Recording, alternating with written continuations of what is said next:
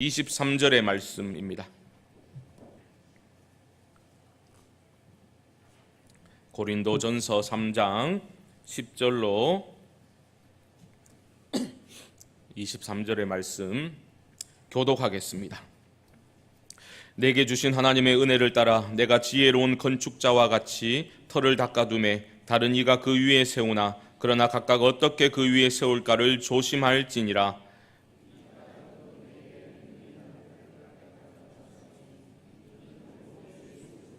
만일 누구든지 금이나 은이나 보석이나 나무나 풀이나 지프로 이 터 위에 세우면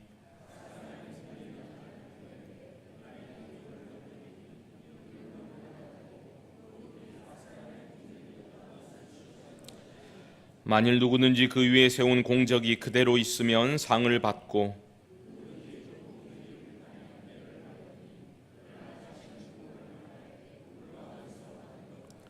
너희는 너희가 하나님의 성전인 것과 하나님의 성령이 너희 안에 계시는 것을 알지 못하느냐?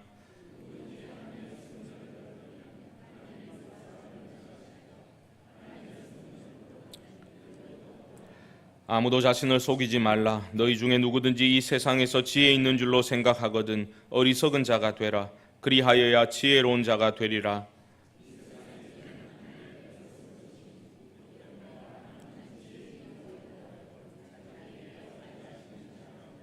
또 주께서 지혜 있는 자들의 생각을 헛것으로 아신다 하셨느니라.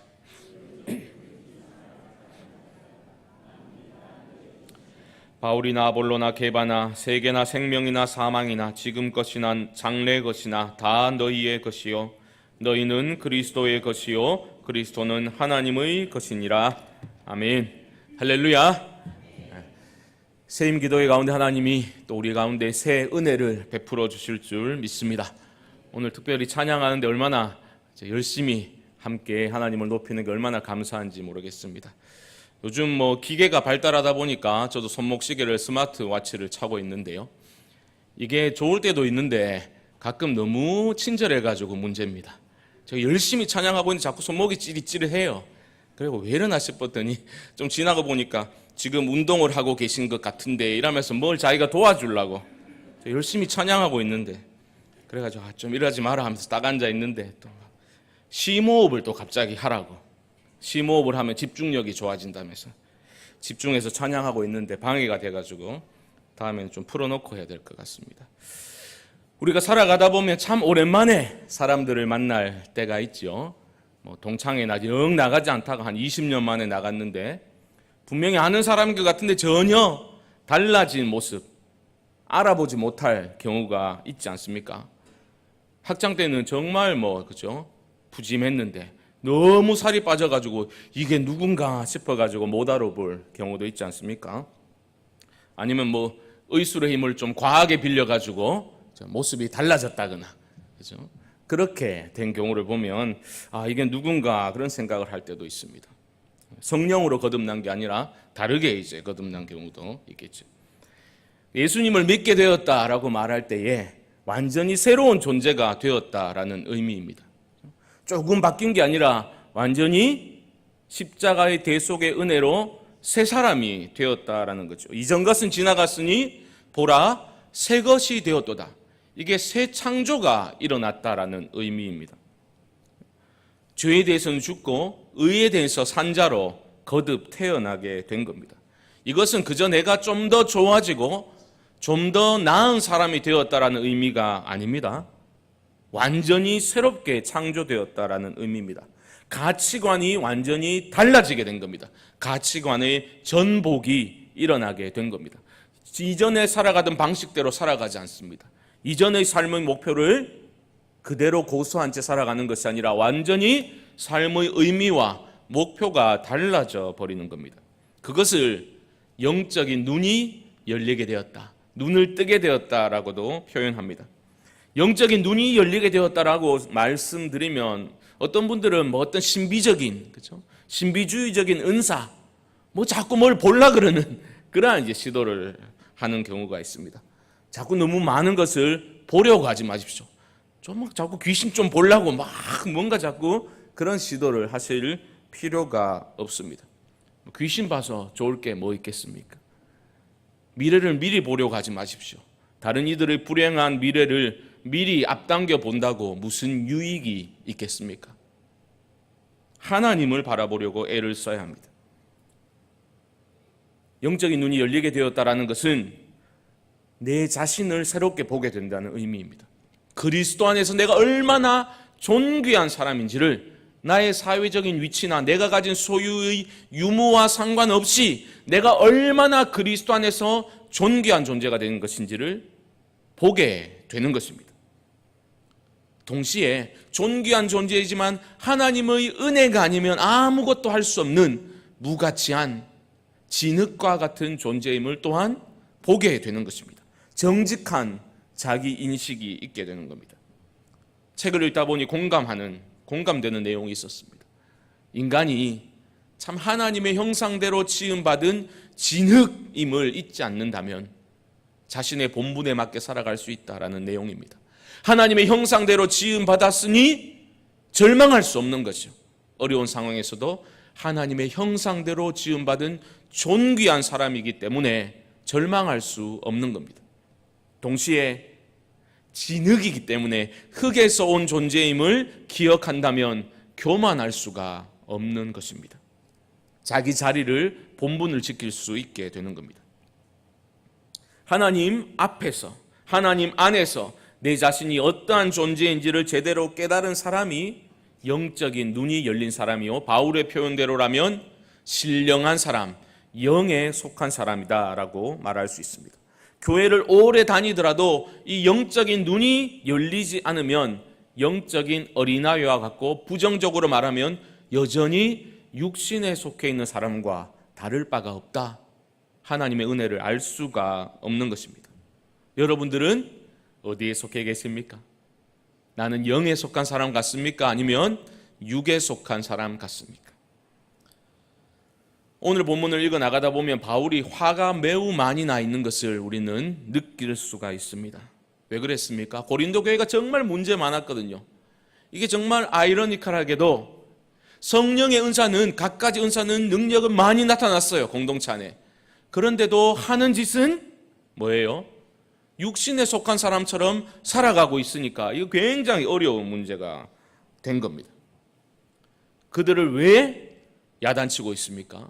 왜 너희들은 육신에 속한 자와 같고 영적인 어린아이와 같다라고 책망하고 있습니까? 그 근거가 무엇입니까? 그들 가운데 뭐가 있었지요? 분쟁이 있었다는, 분쟁이. 한 달 전이니까요. 3절 한번 보시죠. 3절. 너희는 아직도 육신에 속한 자로다.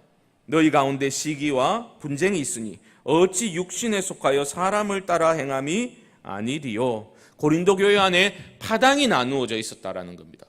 지도자를 따라서 바울이 개척한 교회였거든요. 그 후임 목사님이 누구였습니까? 아볼로였습니다.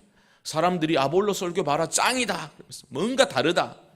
무슨 소리냐 그러면 게바가 더 훌륭하지, 예수님의 수제자다 그러고 그리스도파다 그러고 막 파가 나누어져 있었습니다. 바울은 그들을 책망하면서 뭐라고 말합니까? 나는 심었고 아볼로는 물을 주었으되 오직 자라나게 하시는 이는 누구시라고요? 하나님이시니라. 우리는 아무것도 아니다. 우리는 아무것도 아니다 라는 것을 강조하고 있는 것입니다. 오늘 본문을 계속해서 보게 될 터인데요, 믿음의 눈이 열리게 되면 어떠한 변화가 일어나는지를, 믿음의 눈이 열린 사람은 어떤 특징을 보여주고 있는지를 우리는 발견하게 됩니다. 믿음의 눈이 열리면 자신과 교회와 세상을 올바로 분별하고 제대로 통찰할 수 있는 눈이 열리게 되는 겁니다. 특징이 몇 가지 있습니다.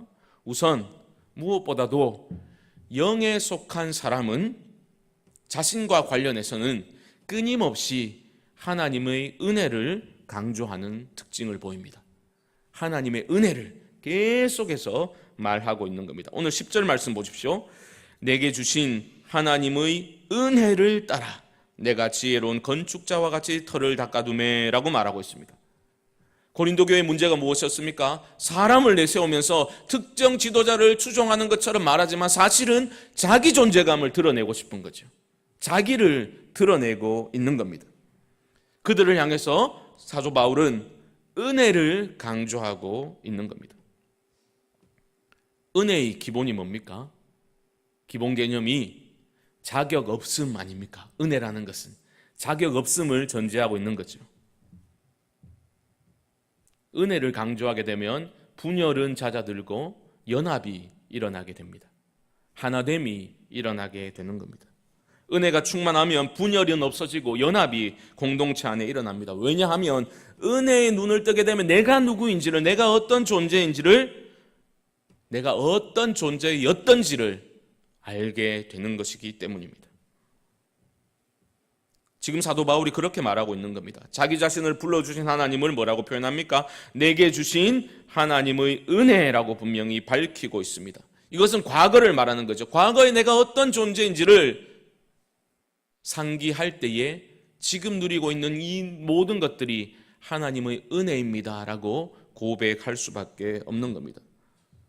바울은 과거에 어떠했습니까? 하나님의 교회를 잔멸하려고 교회를 핍박했던 핍박자요 회방자였습니다. 자기 고백처럼 죄인 중에 괴수라고 말할 정도로 그렇게 하나님을 대적했던 과거사가 있었지 않습니까? 자신이 과거에 어떤 존재였던지를 기억할 때 지금 누리는 것들을 은혜로 더 크게 받을 수가 있는 것입니다. 과거를 잘 기억해야 합니다. 하지만 이것은 과거의 상처에 머무르라라는 뜻은 결코 아닙니다. 상처 자체에 집착하면 안 됩니다. 우리가 상처를 떠나보내지 못하지요. 얼마나 묵상을 잘하는지 몰라요. 우리가 말씀 묵상은 안 하는데 상처 묵상은 전부 다 전문가들이에요. 그냥 좀 떠나보내면 되는데 잊을만 하면 끄집어내가지고 옛날에 그 상처, 정말 수십 년 전의 상처까지 끄집어내가지고 또 묵상을 시작합니다.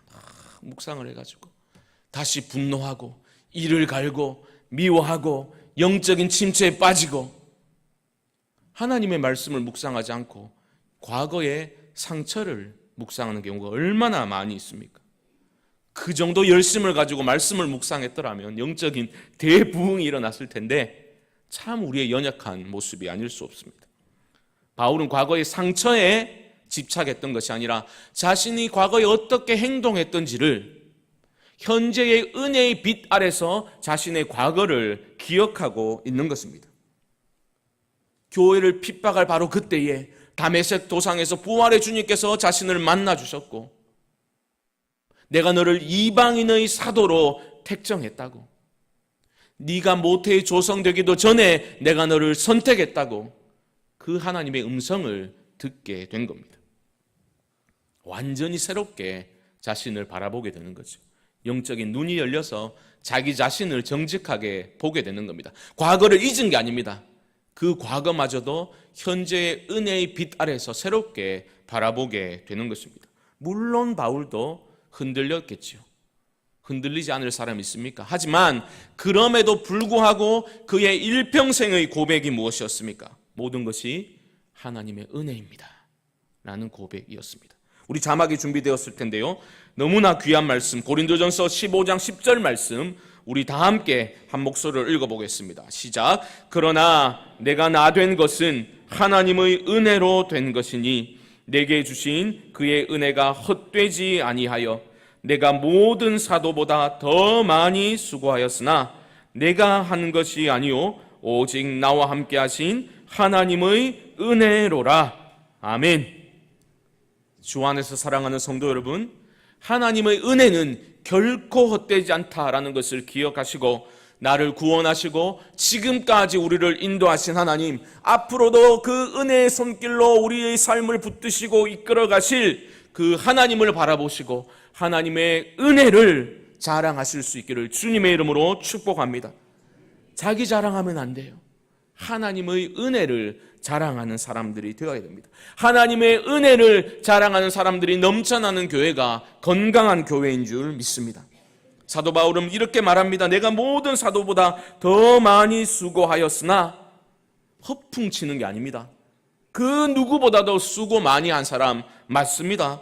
그의 몸에는 자기의 고백처럼 예수의 흔적들, 수많은 흔적들을 가지고 있었습니다. 고문당하면서 생긴 몸의 흔적들, 돌에 맞고 채찍에 맞고 복음 전하다가 배가 파손되어서 죽을 뻔한 고비를 몇 차례나 넘기고 정말 복음을 위해서 자신의 모든 것을 불살랐던, 참 많이 수고했던 사람이 사도 바울이었습니다. 하지만 그는 그 모든 수고와 애씀을 자랑하고 있지 않습니다. 뭐라고 말합니까? 내가 한 것이 아니요 오직 나와 함께 하신 하나님의 은혜로라. 하나님의 은혜를 자랑하고 있는 것입니다. 여러분, 하나님의 은혜를 자랑하는 삶을 사실 수 있기를 바랍니다. 은혜를 느껴야 자랑할 수 있죠. 누려야 자랑할 수 있죠. 은혜는 누가 누릴 수 있습니까? 두 가지 조건이 있습니다. 나의 작음을 알고 그분의 크심을 알아야 됩니다. 내 작음을, 무능함을, 연약함을 알아야 됩니다. 하지만 그것만으로 안 돼요. 주님의 크심을, 위대하심을 알아야 우리가 은혜를 누릴 수 있게 되는 겁니다. 세상을 지으신 분이 세상보다 더 크시고 내가 처한 상황과 문제보다 더 크신 하나님의 위대하심을 바라보고 자격 없는 나를 구원하신 그 하나님의 은혜를 구할 수 있기를 주님의 이름으로 축복합니다. 모든 것이 하나님의 은혜임을 기억할 때에 자기 과시도 사라지고 자기 연민도 벗어버리고 있는 그대로의 자기의 모습을 용납할 수 있게 되는 겁니다. 나 자신과의 화해가 일어나게 되는 것입니다. 자기 자신이 마음에 안 드는 분 많이 계시죠? 전부 다 자신감 갑인가 봐요. 다 마음에 드십니까 아주? 자기 자신을 사랑해야 돼요. 좋은 의미에서. 하나님이 우리를 용납하신다라는 은혜를 깨달은 사람은 자기 자신을 참으로 사랑할 수 있게 되는 것입니다. 은혜를 경험해야 섭섭병에서도 벗어날 수가 있습니다. 왜요? 쓰임 받을 수 있음이 나 같은 게 뭐라고? 하나님께 어떤 모양이로든지 쓰임 받을 수 있음이 그저 감사할 뿐이죠. 섭섭하지 않습니다. 나는 나의 부르심에 응답하고 내게 주어진 나의 십자가를 지고 주님을 따르기만 하면 되는 것이요. 누가 나보다 더 뛰어난 성과를 보인다 할지라도 시기 질투할 필요가 없는 겁니다. 내가 했던 섬김과 봉사, 교회가 알아주지 않는다고 섭섭해야 할 필요가 없습니다. 어느 목사님 그러시대요. 귀신 중에 제일 무서운 귀신이 뭐다? 섭섭 귀신이라. 섭섭 귀신 들리면 누구도 못 고친다. 굉장히 위험한 것입니다. 은혜가 마르게 되면 섭섭함이 고개를 들고 일어서게 되는 겁니다. 지금 바울의 모습은 어떻습니까? 자기가 개척한 교회인데 아볼로가 더 낫다 이런 소리 들리니까 어떻게 반응하고 싶겠습니까? 여러분들이면 어떻게 반응하셨겠습니까? 섭섭함을 좀 표출할 수도 있잖아요. 그런데 그는 전혀 섭섭해하는 내색이 없습니다. 은혜 가운데 당당한 모습을 보여주고 있습니다. 어떻게 너희들이 나갈 때 이럴 수 있냐? 이런 말을 하지 않습니다. 심는 이나 물 주는 이는 아무것도 아니로되 오직 자라게 하시는 이는 하나님뿐이니라. 하나님의 은혜를 누리는 사람이 할 수 있는 당당한 모습입니다. 10절 말씀 다시 보십시오. 내게 주신 하나님의 은혜를 따라 내가 지혜로운 건축자와 같이 터를 닦아두매 다른 이가 그 위에 세우나 그러나 각각 어떻게 그 위에 세울까를 조심할지니라. 하나님이 은혜 주셔서 내가 터를 닦았다라고 말하고 있습니다. 그 다음이 중요합니다. 내가 터를 닦았으니까 나의 권리 주장을 하는 게 아니라 누가 와도 상관없다는 거예요. 후임자가 누가 와도 상관없다는 겁니다. 이게 중요한 겁니다. 누가 와서 건축을 하든지 상관이 없다는 거예요. 은혜를 자랑하는 인생, 은혜로 충만한 사람은 자신이 한 일을 자꾸 와서 확인하고 집착하려는 태도를, 일체의 시도를 멈추게 되는 겁니다. 내가 해놓은 거, 저거 내가 했는데 계속 가서 잘 되고 있는지 확인하고. 여러분, 하나님을 사랑하는 마음으로 섬기셨으면, 헌신하셨으면 잊으시기 바랍니다. 하나님께 드린 건 잊어버려야 돼요. 하나님께 드린 헌금은 잊어버려야 돼요. 그걸 자꾸 들추어내면 안 됩니다. 제가 아는 목사님하고 얘기하다 보니까 이런 얘기 하더라고요. 교회에 어떤 헌물을 하게 되면, 특별히 저는 이 강대상 누가 헌물하셨는지 모르니까, 강대상을 헌물하게 되면 설교는 안 듣고 계속 강대상만 봐. 그래 한번 얘기를 하더라고요. 그 목사님이 강대상이 너무 오래돼가지고 리모델링도 하고 해가지고 바꿔야 되는데 그분이 시퍼렇게 눈을 뜨고 살아있어가지고 강대상을 바꿀 수가 없다는 거예요. 정말로 농담이 아닙니다. 강대상을 바꿀 수가 없다는 거예요. 전혀 어울리지 않는데도 자기가 헌물했다는 거죠. 강대상을 바꾸지를 못하게 하는 거예요. 자녀들까지 살아있는데요. 어떻게 되겠습니까? 하나님을 사랑하는 마음으로 헌물을 했으면 그걸로 잊으셔야 돼요. 그것을 바라보고 확인하고 자꾸만 마음에 그것을 새기기 시작하면 은혜가 마르게 되는 것입니다. 바울은 상관없다고 말합니다. 내가 터를 닦았고 누가 오든지 상관없다는 겁니다. 단 두 가지 조건만 지켜주면 되는 겁니다. 그게 뭡니까? 내가 닦아둔 터 외에 다른 터를 마련하면 안 된다는 거예요. 이게 무슨 말입니까? 11절 하반절 보시죠. 뭐라고요? 이 터는 곧 예수 그리스도라. 이걸 지켜야 된다는 거예요. 누가 와서 뭘 해도 상관없는데 이 터 외에 사도 바울은 예수 그리스도의 십자가만을 전했다라고 말하고 있지 않습니까? 십자가만 자랑했다라고 말하고 있지 않습니까? 예수 그리스도의 십자가 복음을 전한 거예요. 그 터 외에 다른 터를 마련하면 안 된다. 분명히 밝히고 있습니다. 두 번째는 뭡니까? 이 예수 그리스도라는 터 위에 무엇을 지을 때에 최상의 재료를 사용해서 지었으면 좋겠다. 그걸 이제 말하고 있는 겁니다. 어떤 건축 재료들이 나오고 있습니까? 금, 은, 보석, 나무, 풀이나 짚으로 지을 수 있는데 중요한 것은 그날이 온다는 거예요. 그날이. 13절 보십시오. 각 사람의 공적이 나타날 터인데 그날이 공적을 밝히리니 이는 불로 나타내고 그 불이 각 사람의 공적이 어떠한 것을 시험할 것임이라. 다양한 재료로 지을 수 있겠는데 불로 심판할 그날이 온다는 거죠. 불 가운데 살아남으면 상을 받게 되고 다 타서 없어져 버리면 해를 받게 된다라고 말하고 있는 겁니다. 이 건축물을 세우는 것을 16절에서는 뭐라고 말하고 있습니까? 성전이라고 말하고 있습니다. 사역자들의 임무가 이것입니다. 또한 모든 성도들의 사명이 이것입니다. 교회의 유일한 터인 예수 그리스도의 십자가 복음이 제시하는 그 십자가가 말하는 십자가에 어울리는 합당한 삶의 방식에 어울리는 공동체를 세워 나가는 것이 우리 모두의 사명이다라는 겁니다. 교회가 교회다우려면 그 중심에 예수 그리스도의 십자가 복음이 있어야 되고 교회라는 공동체는 그 십자가에 합당한 모습으로 세워져 가야 된다.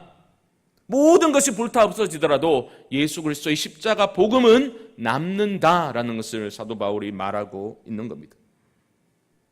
사랑하는 성도 여러분, 교회는 예수 그리스도의 십자가를 자랑하고 구원의 즐거움을 누리고 그리스도의 향기를 바라는 곳이 되어야 할 줄 믿습니다. 다른 것들은 다 불타 없어지더라도 그것만은 남아야 하는 것입니다. 십자가를 붙드셔야 돼요. 십자가를 교회와 개인의 실천적인 기준으로 삼으셔야 됩니다. 십자가를 자랑하고 십자가의 은혜를 의지하여 일어서야 하는 것입니다. 지금 바울은 건축에 비유하고 있지만 바울은 지금 건물을 논하고 있는 게 아닙니다. 교회, 공동체, 우리를 논하고 있는 겁니다. 16절 다시 보십시오. 너희는 너희가 하나님의 성전인 것과 하나님의 성령이 너희 안에 계시는 것을 알지 못하느냐. 영에 속한 사람은 어떤 사람입니까? 교회가 어떤 존재인지를 분명히 깨달은 사람입니다. 우리가 어떻게 주 안에서 그리스도 안에서 하나님의 성전이 되었는지를 제대로 알고 그 놀랍고 존귀한 교회의 비밀을 마음에 간직하고 교회를 사랑하는 사람이 영에 속한 사람인 줄 믿습니다. 교회를 진정으로 사랑하는 거예요. 교회를 진정으로 사랑하는 것. 교회의 존귀함과 그 비밀을 깨달아 안 사람입니다. 구약을 보게 되면요, 하나님은 종종 하나님의 백성들인 이스라엘을 향하여서 너희는 내 성소다라고 말합니다. 유다는 내 성소가 되며 이렇게 말합니다. 무슨 말입니까? 유다와 이스라엘과 언약을 맺으신 거잖아요. 언약 관계를 통해서 나는 너희의 하나님이 되고 너희는 내 백성이 되리라. 그들 중에 임재하시기 때문에 그분의 임재가 있는 이스라엘이, 하나님의 백성이 성소다라는 개념이 성립이 되는 거죠. 그런데 이스라엘이 불순종하고 죄로 인해서 무너지게 됨에 따라서 하나님은 예수 그리스도를 보내심으로 새 언약을 세우셨죠. 새 언약 아닙니까? 새 언약은 왜 세우는 겁니까? 새롭게 하나님의 백성을 창조하신 것입니다. 이것이 예수 그리스도의 공생의 사역에서 성전 청결 사건에서 나타나고 있습니다. 그때로 가서 한번 생각해 보시죠. 성전 청결 사건, 예수님이 한바탕 소동을 일으키니까 사람들이 와가지고 네가 왜 이런 짓을 하냐고, 무슨 표적을 보이겠냐고 질문을 하자 이 성전 허물라, 내가 사흘 만에 다시 세우겠다 말씀하셨죠. 사람들이 비웃습니다. 야, 이거 46년 동안 지은 건데 3일 만에 다시 짓겠다고? 요한이 뭐라고 말합니까? 자신의 육체된 것을 말씀하십니다. 무슨 말입니까? 예수 그리스도의 육체로, 그 육체로 십자가에 달려 죽으심으로 새 언약을 마련하신 거죠. 하나님의 거룩한 새 백성을 만드신 거죠. 그래서 그 예수 그리스도의 그 구속의 사역을 통해서 새 언약 백성들인 우리가 태어나게 된 거죠. 하나님의 백성들 안에 하나님이 거하시니 새롭게 창조된 하나님의 백성들이 성전이다라고 부를 수가 있게 된 겁니다. 그 당시에는 제자들은 몰랐어요. 제자들은 몰랐습니다. 하지만 십자가의 죽음과 부활을 경험하고서 또 성령이 임재하시는 것을 느껴서 그걸 체험한 후에 그때 주님이 그렇게 난리치고 그때 하신 그 말씀이 이 말씀이로구나, 우리가 하나님의 성전이로구나 깨닫게 된 것입니다. 여러분, 우리가 하나님의 성전이라는 것을 그저 개인적인 윤리적인 차원에서 받아들이시기만 하면 안 됩니다. 성령님 내 안에 계시니까 담배도 피지 말고, 성령님이 얼마나 속에서 힘드시겠노, 콜록콜록하고, 그런 게 아니에요. 하나님의 성전이니까 음란한 생각도 하지 말고 거짓말도 하지 말고, 다 맞는 말이에요. 하지만 하나님의 백성으로 새롭게 창조하시고 그 성전된 우리 안에, 이 교회 공동체 안에 하나님의 거룩한 성령이 임재하셔서 하나님의 영광을 드러내는 거룩한 성전으로 우리가 함께 지어져 가도록 하시는 그 하나님의 은혜와 사랑과 열심을 우리는 잊으면 안 되는 것입니다. 그래서 교회를 사랑하게 되는 겁니다. 아무리 연약하고 허물 많은 공동체라 할지라도 소망 가운데 나아가야 될 이유가 여기에 있는 것입니다. 이게 왜 중요한가? 지금 너희가 하나님의 성전인 줄 알지 못하느냐라는 것은 전반부의 그 부분과 지금 연결이 되고 있는 겁니다. 그냥 다른 주제를 말하고 있는 게 아니다라는 겁니다. 분열의 문제가 있었지 않습니까? 분열의 문제. 너희가 영에 속한 사람이라면 교회라는 곳은 분열이 일어나서는 안 되는 것이고 하나님의 성령이 거하시는 성전임을 너희는 왜 모르냐? 책망하고 있는 것입니다. 성령님이 너희 안에 거하시는데 너희가 어찌 사람이 중심이 되어서 분열을 일삼을 수 있겠느냐? 책망하고 있는 겁니다. 그래서 17절에서 이렇게 말하고 있습니다. 17절 보십시오. 누구든지 하나님의 성전을 더럽히면 하나님이 그 사람을 멸하시리라. 하나님의 성전은 거룩하니 너희도 그러하니라. 여기서 하나님의 성전을 더럽히면이라고 했는데 이거 좋은 번역이 아닙니다. 왜냐하면 더럽히면하고 멸하시리라하고 똑같은 단어예요. 원문을 보면 이런 겁니다. 누구든지 하나님의 성전을 파괴하면 하나님이 그 사람을 파괴하실 것이다, 이 말입니다. 지금 교회 안에서 사람을 중심으로 분열을 일으키고 파당을 형성한 것은 하나님의 성전을 파괴하는 행위다. 하나님이 그런 사람 가만히 두지 않는다. 하나님이 그 사람을 파괴하실 것이다, 멸하실 것이다. 준엄한 경고를 하고 있는 겁니다. 예수 그리스도께서 자신의 죽으심으로 육신으로 육체로 허무신 그 담을 다시 쌓아 올리는 행위가 하나님의 성전을 파괴하는 행위다 말씀하고 있는 것입니다. 영에 속한 사람은 이 십자가의 빛 아래서 자신을 바라보고 이 십자가의 빛 아래서 교회를 바라보아야 합니다.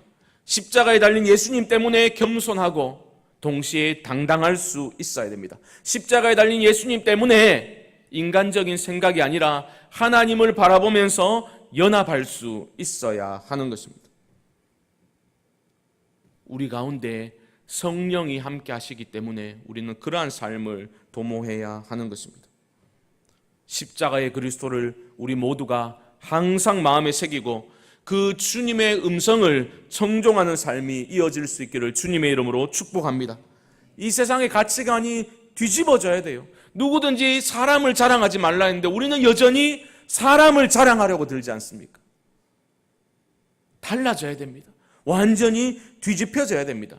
오늘 본문의 마지막 부분에서 그게 바로 세상의 지혜와 하나님의 지혜의 차이점입니다. 완전히 다른 거죠. 완전히 대조적인 거죠.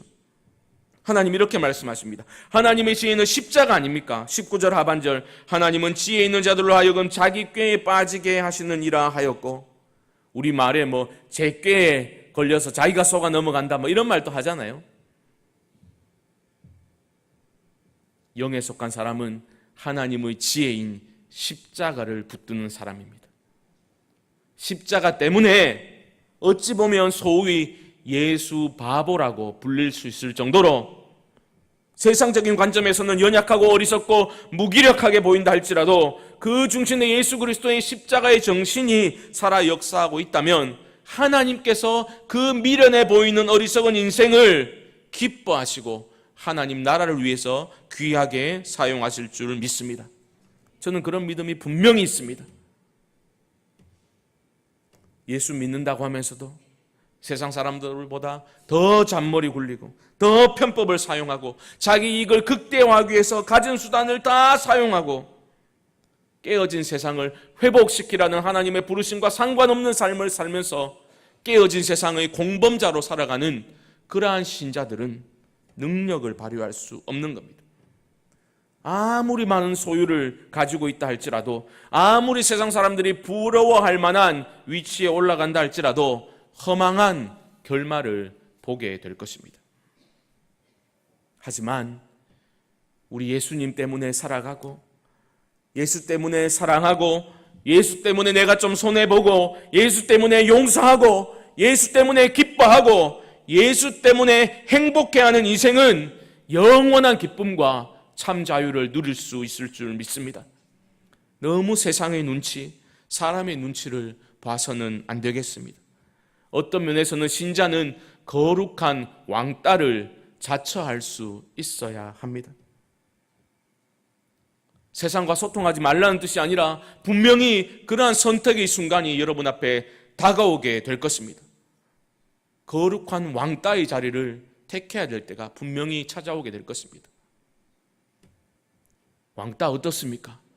왕따 여러 가지로 해석할 수 있겠지만 왕은 따로 논다 이라던데 왕 같은 제사장이니까 좀 따로 놀면 어떻습니까? 세상의 부요함이 얼마나 허망한지를 알고 하나님의 가치들이 하늘의 가치들이 얼마나 소중한지를 깨닫게 되면 하나님을 선택해야죠. 중요한 순간에 세상의 부요함을 선택하는 게 아니라 눈 질끈 감고 하나님 한 번만 봐주이소 세상의 방법을 취하는 게 아니라 거룩이 능력임을 깨닫고 하나님 편에 서야 하는 거죠. 이 세상도 하나님의 눈으로 바라볼 수 있어야 되겠죠. 그런 사람이 영에 속한 사람인 줄 믿습니다. 정리해 보겠습니다. 우리 성광교회는 기초가 어떻게 좀 튼튼한지 모르겠습니다. 기초는 오직 교회의 터는 예수 그리스도 십자가의 복음뿐입니다. 우리가 기초가 좀 잘 다져졌으면 좋겠습니다. 우리 교회도 우리 공동체도 그 십자가의 정신에 좀 어울리는 모습으로 자라갔으면 좋겠습니다. 하나님의 다스림을 우리는 경험하고 있습니까? 하나님이 우리 가운데 거하시며 하나님의 거룩한 임재로 충만한 공동체로 함께 지어져 가고 있습니까? 아니면 인간들의 생각과 주장이 넘쳐나고 있습니까? 우리는 하나님을 믿는다고 하면서도 세상의 부유함을 끊임없이 부러워하고 세상적인 가치들을 추구하기에 발빠르게 움직이고 있지는 않습니까? 세상의 지혜로 충만한 사람들로 살아가고 있는 게 아닙니까? 하나님의 지혜로 채워질 수 있기를 소망합니다. 예수 바보라는 소리도 좀 들을 수 있는 사람들이 되면 좋겠습니다. 무엇보다도 성령님이 우리 가운데 계시는 거룩한 성전으로 우리 공동체가 이 자리에 있다는 것을 기억하시고 우리 공동체를 우리 각자가 좀 품을 수 있으면 좋겠습니다. 우리를 한 몸으로 불러주신 하나님의 그 은혜만을 자랑하는 성도님들 되시면 좋겠습니다. 그 은혜의 사람들로 증인된 삶을 함께 살아갈 수 있는 성전된 우리라는 정체성을 가지고 그 거룩한 부르심을 기억하고 이 세상 속에서 하나님의 영광을 드러내는 복된 성도님들 되시기를 주님의 이름으로 간절히 축원드립니다. 기도하겠습니다. 하나님 아버지, 말씀을 통하여서 다시 한번 우리의 삶을 점검해 봅니다. 정말 우리 교회는 십자가의 정신으로 충만하고 튼튼한 기초가 세워져 있는지 다시 한번 돌아보게 됩니다. 하나님 아버지, 늘 기초가 튼튼한 교회가 되게 하여 주시고 예수 그리스도의 십자가의 정신이 살아 역사하는 교회가 되게 하여 주시옵소서. 자기 자랑이 넘쳐나는 교회 아니라 하나님의 은혜만을 자랑하는 성도님들 될 수 있도록 하나님 은혜를 부어 주시옵소서. 이 밤에